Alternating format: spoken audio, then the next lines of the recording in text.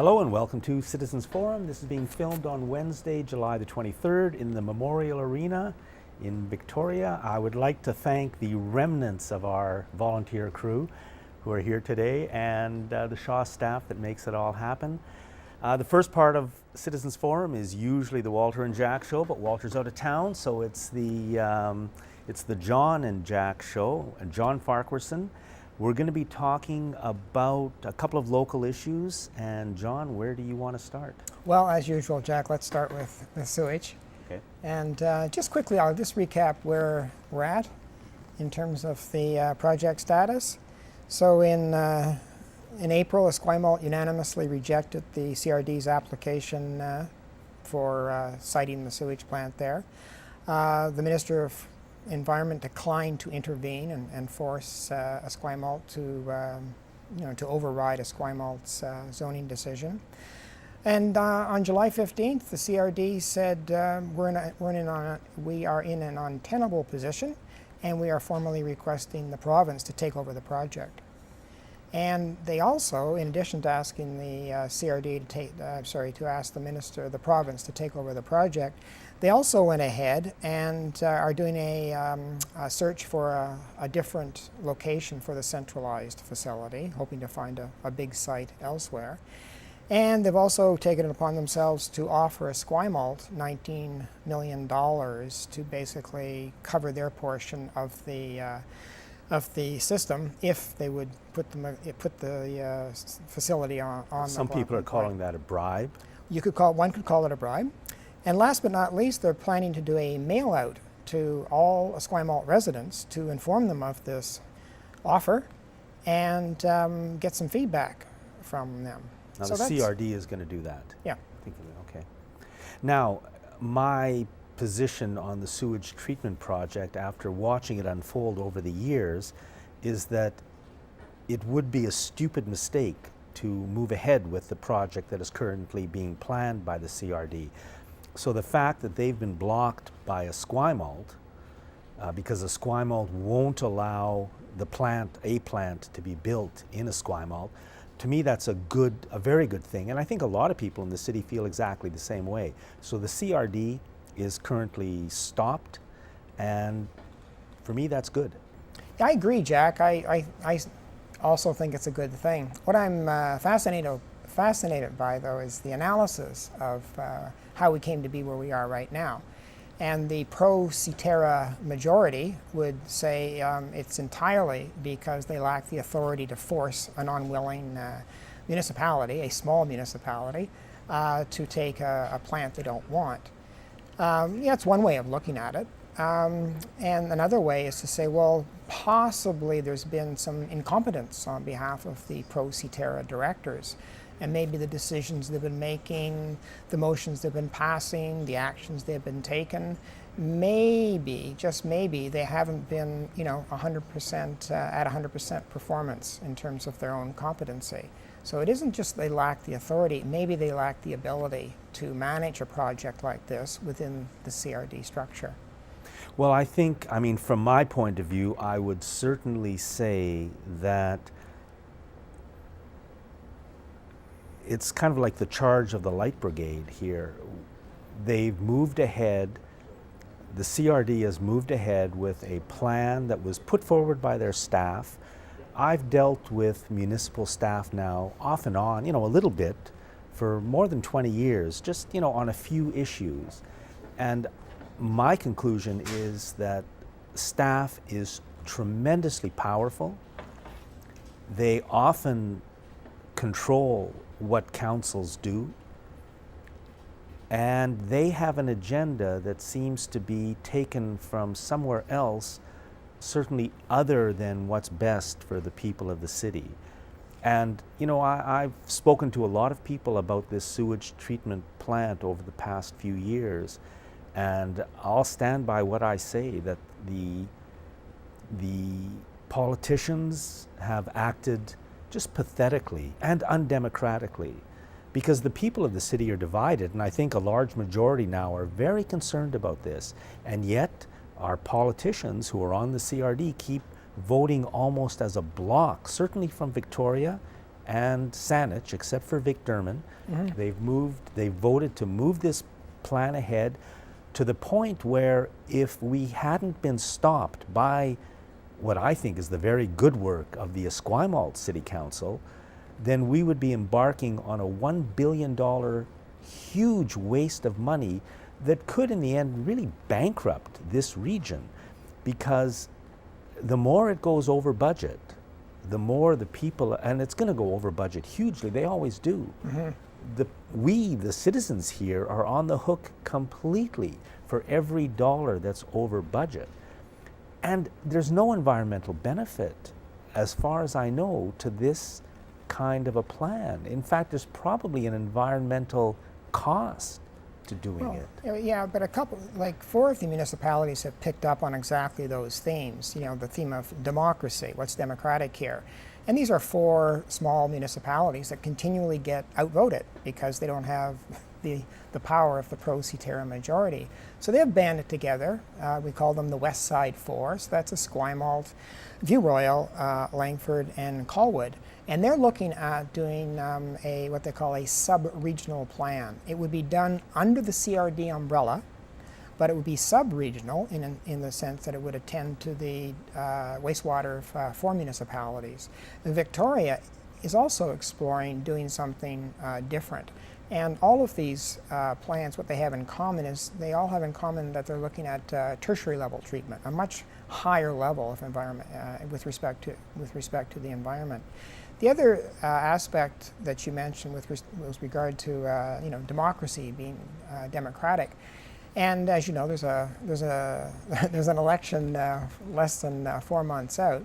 So it's kind of interesting when a CRD takes it upon themselves to possibly send out a flyer to every Esquimalt resident. Remember, it was the mayor and council of Esquimalt that unanimously said thumbs down to the CRD's rezoning application. Or the stupid plan that the CRD wants, if I can call it that. Yeah, so they're sort of in the CRD's sights, if you will. And so is it democratic for the CRD to spend our taxpayers' money to formulate a flyer to go to every resident in Victoria, informing them in that Esquimalt. I'm sorry, in Esquimalt, that there is, as you said earlier, a bribe on the table here that's worth $19 million, and they'd probably go on to say that your council has voted it down. What do you think? And then you're expected to give your feedback to the CRD. And this is all going to take place, 10, 12 weeks out from an election. So will they be in violation of the election, campaigning, advertising laws, using our money to more or less go after an incumbent mayor and council? And I noticed that after Esquimalt voted to block this CRD plan, there were some fairly strong attacks against Esquimalt in the Times-Colonist. A couple of articles over the next few weeks really going after the mayor and council, not for that decision, because the decision is popular, but kind of in other ways, which is how the media operates. So, yeah, democracy and a free press are 2 things we sorely lack. Well, it was interesting to see the press, this was an editorial in the TC, go after the Minister of the Environment, in the sense that it was an absolutely scathing editorial about essentially blaming her for this current situation that we're in. The reasoning is she's the province is the one that ordered the region to treat its sewage, and yet they didn't, in the editorial's opinion, equip the CRD with the power, with the authority that they needed to foist this on an unwilling municipality. Because, as the editorial said, nobody wants the wastewater of the region in their backyard. And if you're a council and you vote to accept the region's wastewater, you're probably not going to get back into office the next election. So politically, it's the third rail. You don't want to touch it. It's poison. Accordingly, give the power to the CRD, then the poor municipality that is forced to take this thing, all the mayor and council have to do, or all they can do, is shrug their shoulders and say, we had no choice. We didn't vote for it. It was Well, that's forced the on Times us. columnist for you. And of course, I want to repeat again that the councillors pushing this through, which are the councillors from Victoria and most of the councillors from Saanich, Frank Leonard, Leif Wergeland, I think Susan Bryce, Judy Brownoff, What's happening now, though? they're pushing through something that their own citizens don't want. Yeah.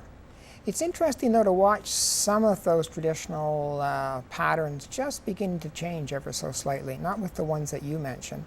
Well, for example, Dean Fortin and crew, as a city, within the city of Victoria, are beginning to explore their own, alternatives Yeah. to the CITERA program. So it's changing. Well, this is a billion-dollar project. There's big money involved here, and it's clear to me that the people who run this city, and I don't know who they are, and I mean the whole area, I assume people within the business community, they're seeing $1 billion on the table here, and they want that money. And the unions have been bought off, I think, so the unions seem to support this stupid CRD plan. And it's up to us, the citizens, to stop it, because it's not a good plan. We can do better. And I think, you mentioned the plan that's being put forward by Colwood, View Royal, Esquimalt, and Langford. Yeah, they're looking at something which I think will be cheaper and better, and that works for me. They're moving ahead, as far as I know, quite well in terms of looking at what they can do, as you say, for a higher environmental output for less money. So that'll be interesting to see what That's they come the main up with. thing. We can get a better environmental result, hopefully with spending less money. That's being put forward now. So we can do better.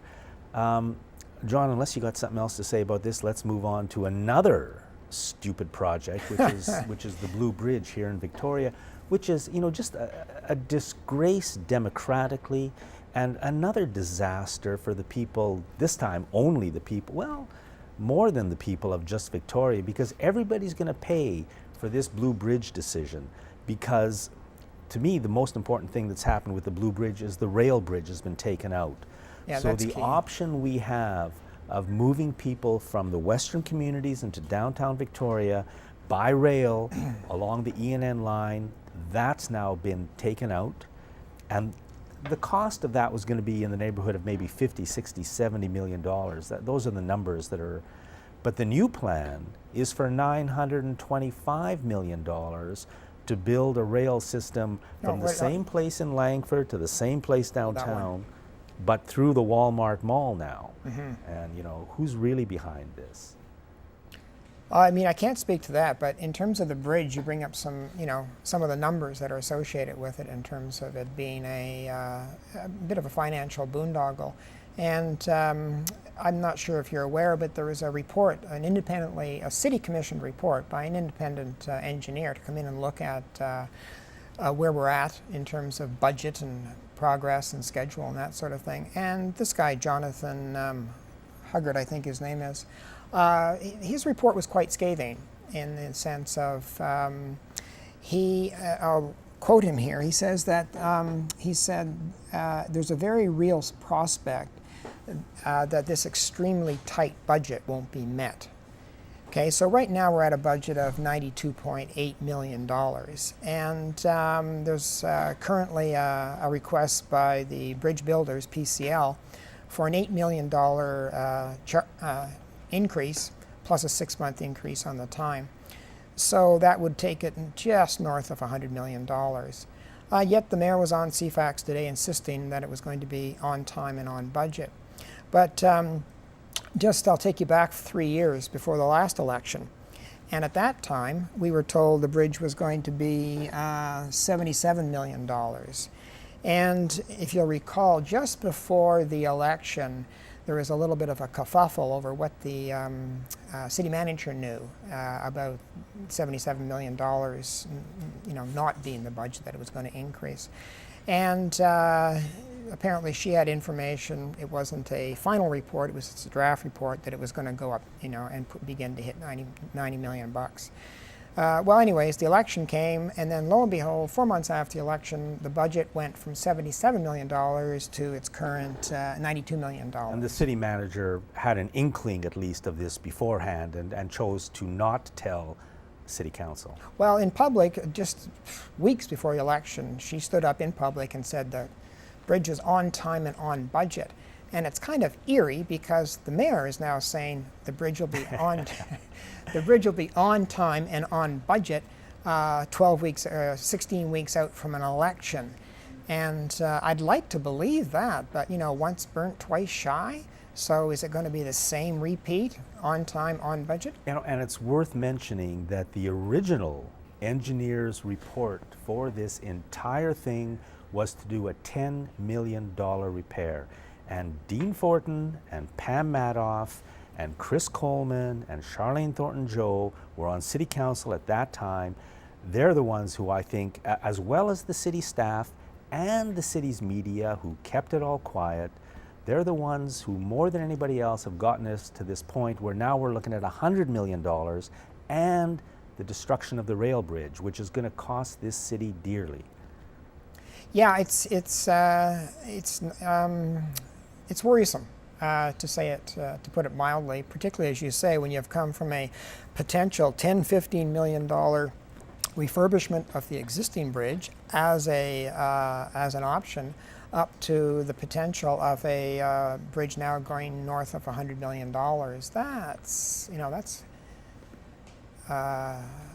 unacceptable, and it would be nice to have as much information out about whether or not we are going to hold. Here's what I would do, is I would say anybody who is going to hold to this $92 million budget and say we're going to do it on time, on budget, that at the point at which in the next 4 years, if they get returned to office, if we go north of $92 million, they resign on the same day.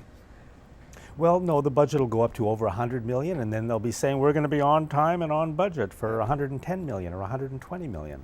Yeah. John, I think we're out of time. Thanks, Jack. Thank you very much for doing this. Two very important issues for the city of Victoria, Greater Victoria and Victoria alone. Sewage treatment and the Blue Bridge. We're being led down the garden path on both of them. We can do better. We've got to do better. We need more independent media. We need better political leadership. Thanks for watching this segment of Citizens Forum. Welcome to the second segment of Citizens Forum, being filmed on Wednesday, July 23rd. Our guest in this segment is Tristan Trotter. We're going to be talking about a development proposal being put forward by Bosa Developments of Vancouver, I think one of the biggest development companies in the province, maybe the country. It's slated to, well, they want it to be slated to happen on what is now the site of St. Andrew's School, which is on a corner a lot of people drive by or walk by, Pandora and Vancouver. There's an old school there. The school is now vacant, and Bosa Developments wants to put up something that, maybe it'll work in Vancouver, in a highly developed area there, but it's really an intrusion into what is really a residential neighborhood of Victoria. Personally, I see it as a real attack on this city and another step in the Vancouverization of our city. So Tristan, maybe you can tell us a little bit about the site and Bosa's proposal. Right. All right. In this instance, Bosa likes to be called Blue Sky Properties because that's a warm and fuzzy subsidiary they have. And but we've been given business cards with Bosa's name on them, so Bosa is definitely part of it. Just to set the scene of the site, I brought along some photographs. The first photograph shows Mason Street, which is a quiet one-way street in the 1000 block. On the left is the corner of Franklin Green Park. On the other side of the street on the right is the Mason Street City Farm, which is the last remaining farmland near the center of the city, and it's been an urban farm for the last 25 years or so. And a wonderful place. And a wonderful place, educational too. And the light area in between is the development site. You can see, people can see the school building there. Yes, And on the left there. What yeah. used to be the playground, playground, behind it. yeah. And once again, this is happening, it's between Vancouver and Cook Street, and between Pandora and Mason. And Mason, that's right. This is a picture of Franklin Green Park, which is just to the east of the site.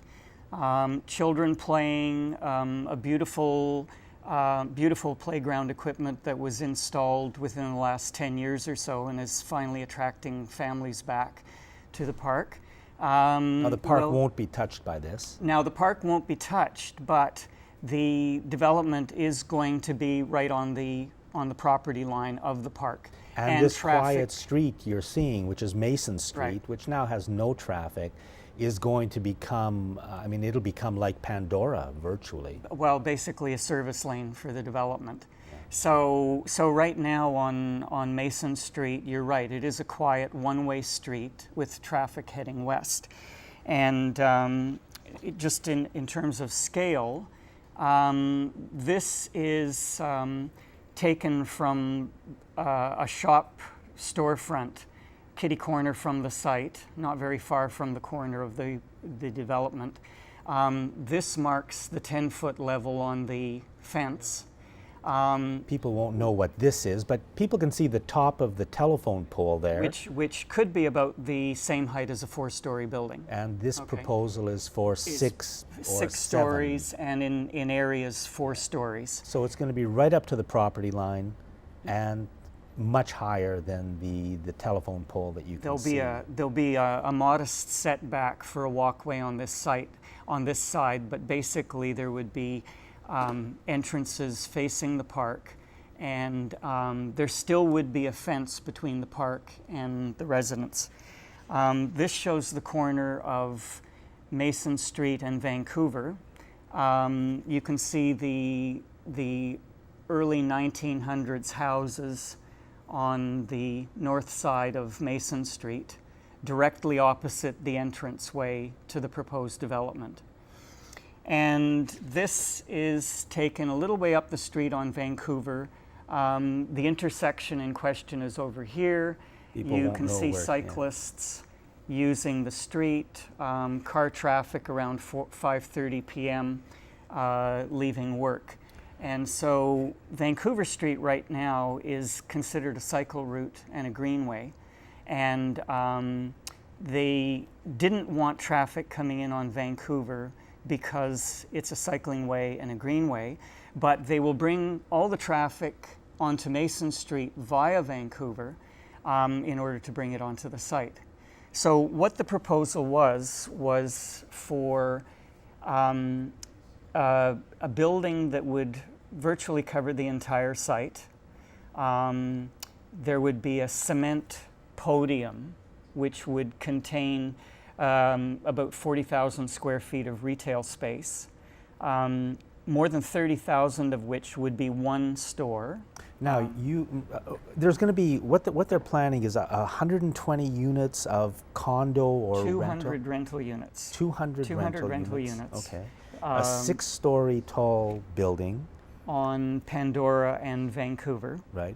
And within that will be, I think you said, a supermarket, basically the size of a Save on Food and Drugs supermarket. That's right. And all of the traffic for all of that is going to be entering off of what is now a very quiet one-way street with the Mason Street farm on it, all of which is going to be destroyed.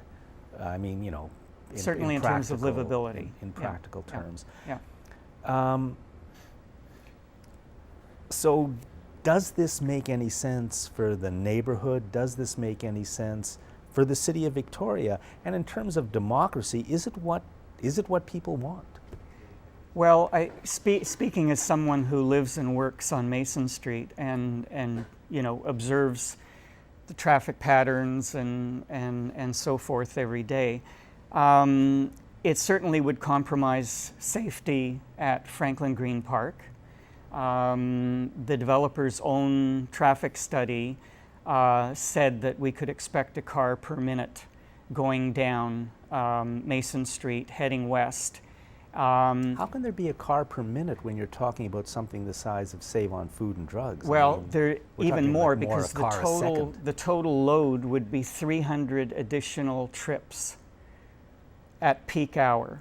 That means, let's say, break it down to 50-50, 150 vehicles leaving the site, 150 entering at peak hour. Yeah. Okay.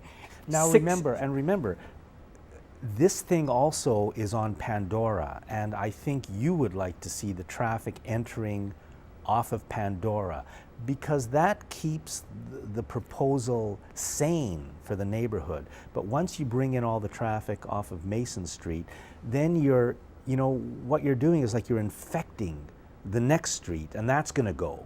Yeah. And then it's just going to move these huge developments, which are totally out of scale. I mean, is that what we want? I mean, why should BOSA, this Vancouver developer who just bought the Empress Hotel, why should they be able to come into a neighborhood and basically ransack it? Well, their entire plan is based on having a more than 30,000 square foot grocery store as a tenant, as their anchor. And quite often the first tenant does all the fixturing. Okay, so the developer can save a lot of money by having the tenant put up the fixtures and basically set up the shop. It doesn't necessarily have to be a grocery store. It could be any kind of large store, but that's not exactly what makes a great city memorable, is a chain store near the heart of the city. So the developer has said that the success of their project hinges on uninterrupted store frontage on Pandora. Okay? So they are opposed to having traffic enter and exit off of Pandora. The city has said they're opposed to having traffic enter and exit off of Pandora because of potential conflicts with cyclists, pedestrians. However, the traffic for the site is going to have to come in on Vancouver Street, via Vancouver Street, where right now you probably have more cyclists going down Vancouver than Pandora because it's a safe route. It's also considered a greenway. However, they're willing to compromise that to bring it onto Mason Street, to turn Mason Street into a service lane for the site. Now, that's definitely going to compromise the safety in Franklin Green Park for all the children and families. Plus the noise. There. Plus, the city today approved, or there was notice in the newspaper today that they've approved a $5 million cycling plan. Right. One of the major routes for the cycling plan is Vancouver. And right in the middle of Vancouver is this little stretch between Pandora and North Park that is going to be routing semi-trailer trucks to service the site, as well as those 300 plus additional trips at To me, peak hour. this project is very good for BOSA. I mean, I'm sure it's been set up by BOSA to make the maximum amount of money for BOSA. Mm-hmm. But is it good for the neighborhood? Is it good for the city? Is it what we want? To me, those are well, the two big things. questions. One is your sort of neighborhood markets like the Market on Yates and Wellburns. Wellburns has been there more than 100 years now in one form or another, and serviced the community And well. I like Wellburns. And they are definitely jeopardized by a development of this size. Yeah. So you're sort of kicking in the shins people who have been paying taxes and serving the community for years. And I don't consider that Wellburns or the Market on Yates are at peak capacity. I'm opposed to a large chain store owned by people outside of the city coming in and destroying local businesses. So that's one issue. As to traffic, there's a lot of potential conflicts between cycling traffic and pedestrians at the corner of Mason Street and Vancouver if this development goes through. And I think the city is blowing a tremendous opportunity looking into the future to link visualize Victoria 20 years from now, more people living downtown. there, right now you've got a beautiful boulevard and greenway south of Pandora going into the Fort Street area and beyond. To the north of Pandora, you have two major parks, Central Park and Royal Athletic Park. Imagine 20 years from now if there was a well-developed cycling route and real greenway linking the downtown with those parks. You'd have people walking there for their entertainment and recreation. And I think the city is going to blow that if they approve this development with all of the potential traffic problems that it will generate on Vancouver. So what do you or the group you're with or the neighborhood want that can be better than the current proposal, which is a very big proposal? Well, the comprehensive nature of the development means that you're blending potential densities in two areas. Right now the site is zoned institutional, so it would be rezoned for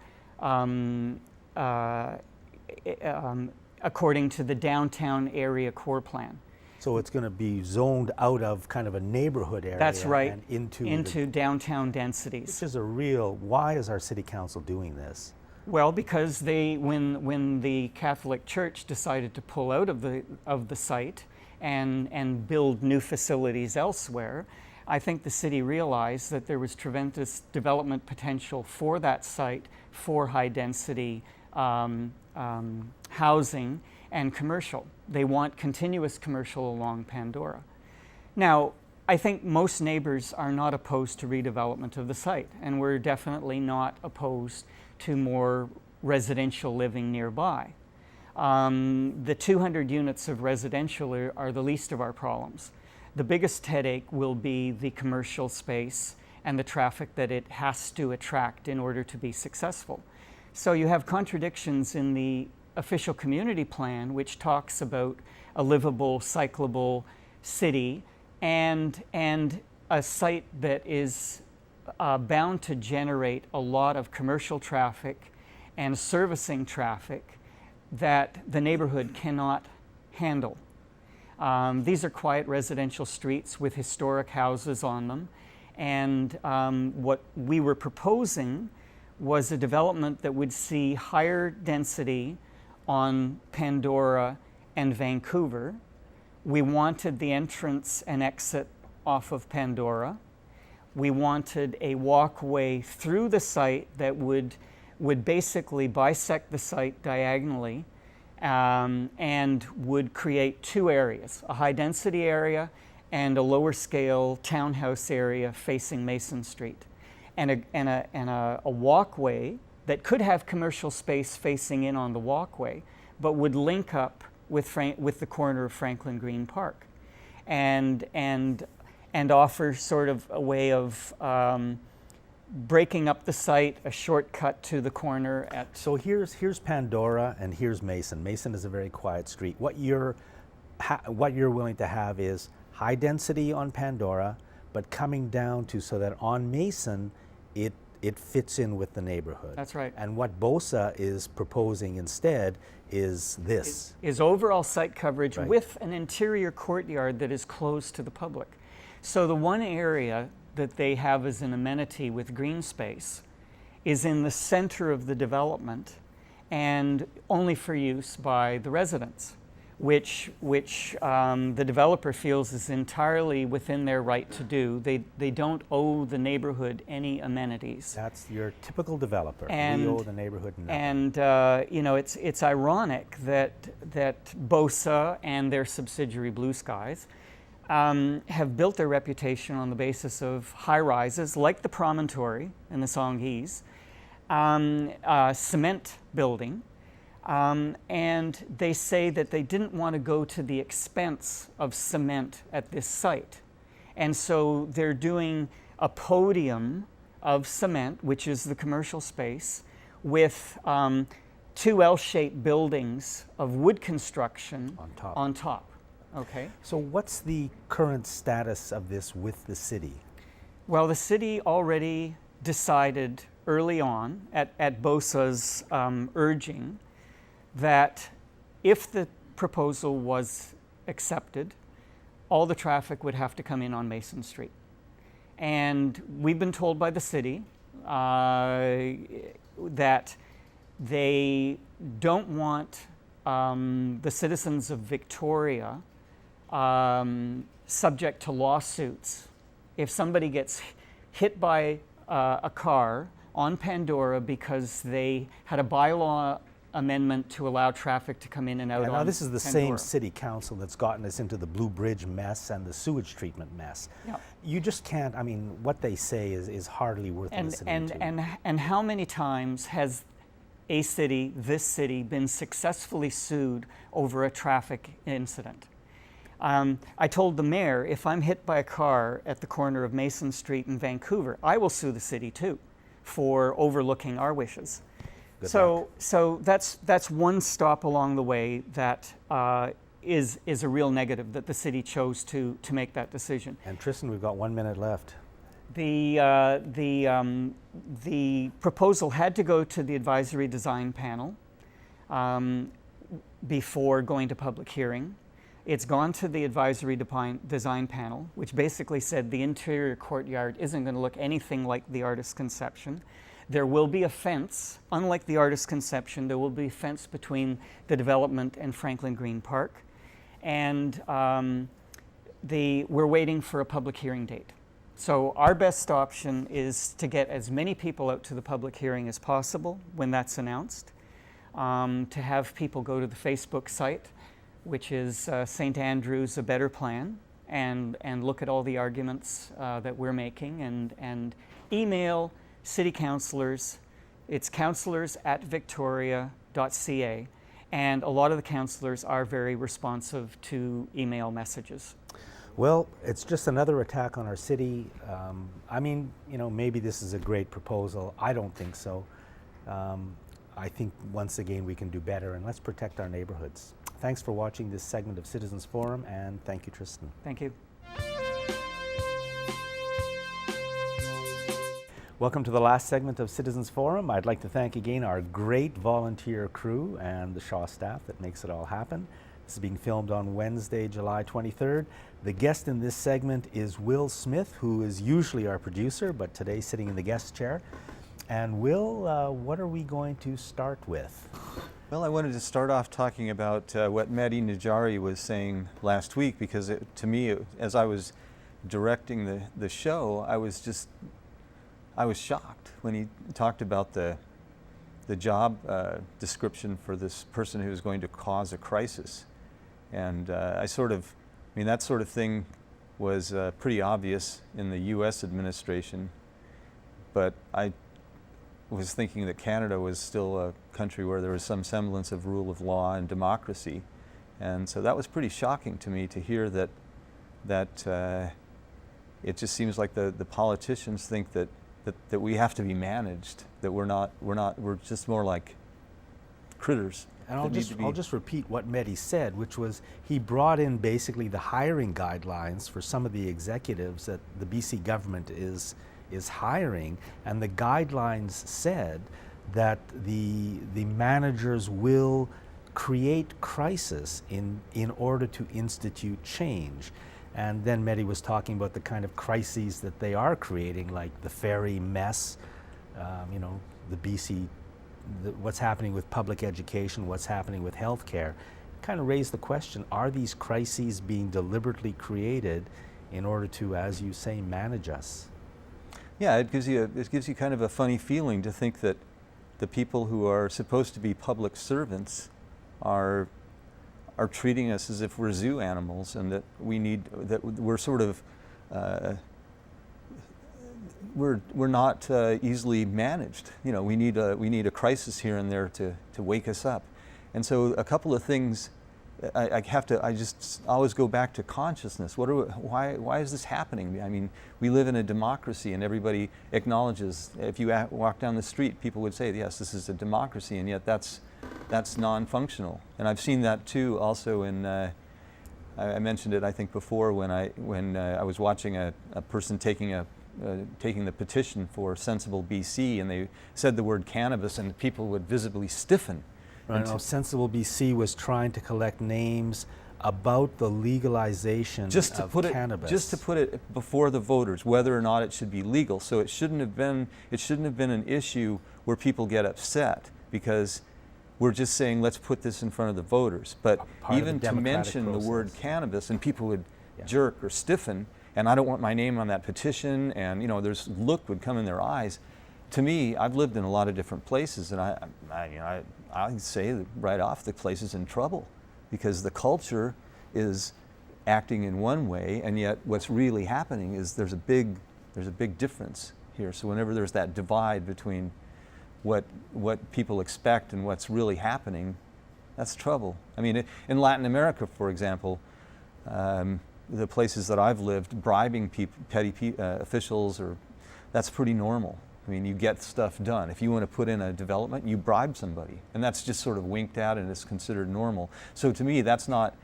If that changed, that would be a problem in that culture. That would indicate something is unstable. But here, that's not normal. So when you have people who say, yes, I'm a public servant, I've been elected, and I'm going to do your wishes in office, and then really what they're doing is they've got their own agenda, and they're going to force it down our throats and figure out how to do it without us noticing. And then the thing that bothers me about that is what about the people who live here? What are we not going to pay any attention to that? What does that say about us? Yeah, I think you're putting your finger on something that's fundamentally important, which is, I don't even know what it is, but clearly things are not unfolding as we might like them to. Well, I just think that, I guess for me, the thing is that if you live in a democracy, you want everything to go decently and in order, and you want change to be effected through the political process. And to me, what this is saying is that's not going to happen. That's already broken. The fact that people go like that means the process is broken, because they're not willing to participate in the process of determining whether or not people like this or not. So that's broken. And then if you have people who are actively trying to make us do something that we really don't want to do, or I don't know, it's just I don't know what the answer is. I don't have any answers. It makes me, the bells and alarms start going off. Yeah. And I don't know any place on earth where it's better.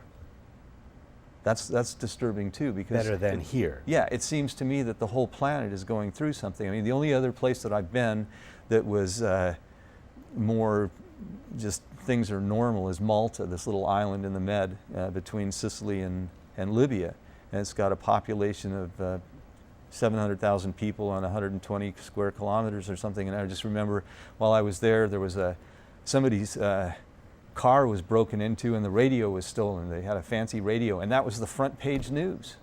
So that's a nice society to live in. If the front page news is that somebody's car radio was stolen.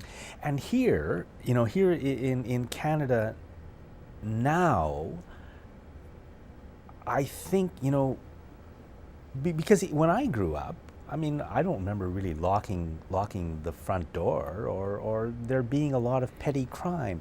But what's happening now, I think, is that petty crime is being supported by the power structure. I think, maybe I'm wrong, but I think the power structure promotes petty crime because it destabilizes our society, and it creates a situation where people have fear and unsureness and aren't able to focus on the most important issues, which are the democracy and moving our society ahead. A couple of years ago, I attended a talk where somebody from Victoria City Police was just talking about safety. And he was saying either lock your car door or don't lock your car door. I don't remember which one it was, because you don't want the guy breaking the window to get in. Right. But at the end of his talk, he said that they know these people. They arrest them all the time. They catch them all the time. He knows people who have arrest warrants, that would stack from the floor, up to the top of their head. They're always caught, but the courts won't do anything. Yeah. So our court system and our political system say to these people, yeah, go out and do it. Go out and commit these petty crimes, because when we catch you, absolutely nothing's going to happen. So what's the message? The message to those people is do it. And what's the price? The price is we are all kind of destabilized because we have to deal with this petty crime. There was a story in the paper just this past week. Some guy tried to steal $300,000 from a bank. He got away with $15,000. It wasn't a violent crime. It was like a fraud that he tried to pull off. 18 months in jail. 18 months in jail. But the petty criminals who, because the banks make the rules, the bank make the laws. So you rob from a bank, you're going to pay a heavy price. But I think they want those petty criminals out there disturbing us and just destabilizing our society. So we're not like Malta, where crime doesn't happen. We're more like U.S. inner cities, where crime is happening all the time, more and more, it seems. Yeah, I can't even begin to go there, but I think what I want to go back to is just the consciousness that we're all, the society that we live in. And I saw an interesting video on YouTube. It was last week. It was an interview with Buckminster Fuller back in the 70s. And he was talking about consciousness, and he was talking about how our language hasn't changed since we changed our model from a flat Earth to a round Earth, and because we still say up and down no matter where we are on the planet. And he said, we should be changing, if we changed our language according to what we know, our scientific knowledge, we would be saying in and out, or something different, not up and down, because up and down is just a relative term, but it doesn't, it fools you. It shows you that you're not really conscious of what's so. And so the question is, if you just look at that one striking example, that as soon as you say it, it changes your consciousness. Gee, I really didn't think about that, but it's true. I'm stuck in my little consensus reality that's up and that's down. But what does that really mean? Well, it's convenient, but I'm not sure that, I think that probably there are lots of things that we've discovered since we discovered that the world isn't flat, that we need to change our language about, because communication is a problem. I mean, we've talked about this off camera, how it's very difficult for people to come to an agreement if they're communicating perfectly. Even if they're communicating everything perfectly, it's still hard to get everything just right. And when you start having people who are supposed to provide information about what's going on, namely political people who are in the government, and the language is used to skew opinion, or people are hired to make people think a certain way, well, that's not truthful, and so then we can't have a real debate. So then we've really ended democracy there. And yet, how many of us are worried about that? I think it's something that really we need to talk about. There's just so much stuff that we need to talk about instead of the mundane things the reruns that we talk about.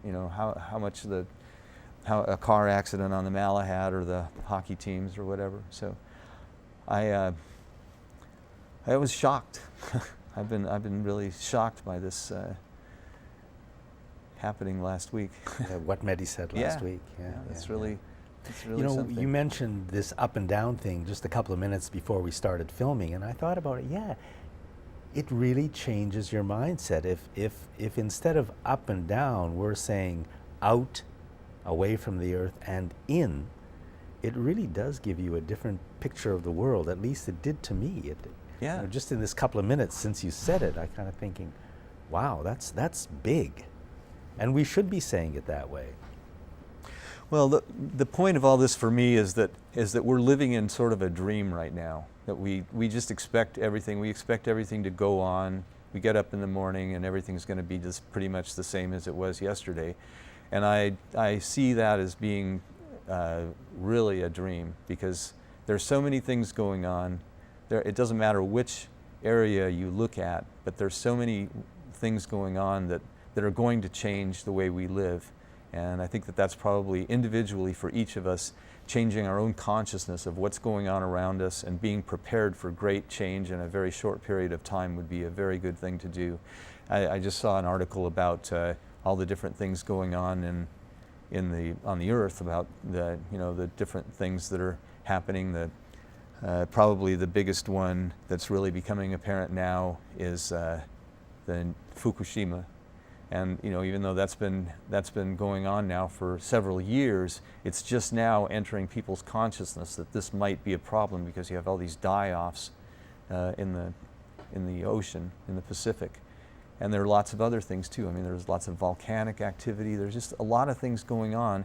And so I don't want to get everybody upset about things, but I just think that if we just sort of pat each other on the shoulder and say everything's okay, it's not true, and it's not a good place to be lying to yourself, because it's gonna make things difficult later. I think you're right that big changes are coming, and a lot of people are going to feel them very strongly. You've talked in the past about what we can do, or not what we can do, but the things you're seeing, the way people are already reacting to those changes in order to deal with them when they happen. So you were talking about, more local farming. Yes. And the coming up of local currencies, those kinds of things. Mm-hmm. Yeah, and what I've thought about this a lot, and especially since I've been on the show and met all these great people that you interview and listen to them, and I think what I see is something like, I feel that humanity is in some kind of a crisis. We're going through something right now, and there are a lot of things that we don't want to talk about, but they still affect us, and we know at some level that they're affecting us. And so what I'm seeing now with people whom I have some kind of a connection with, or some kind of a friendship, some kind of a relationship with, whether that's family or friends, is that everybody's kind of on the same page. Everybody's feeling the same things, and everybody's worried about, where is my food security? Where am I going to be? I'd like to do some more gardening. I'd like to get to know my neighbors a little better, things like that. And the picture that comes to me is, when birds get together and it's time to migrate, they just kind of get together in a flock, and they fly away, and they move in unison, and they do a really good job. I mean, watching that can be just like watching a choreographed dance. Except better. It's just so instantaneous, and they didn't have to practice.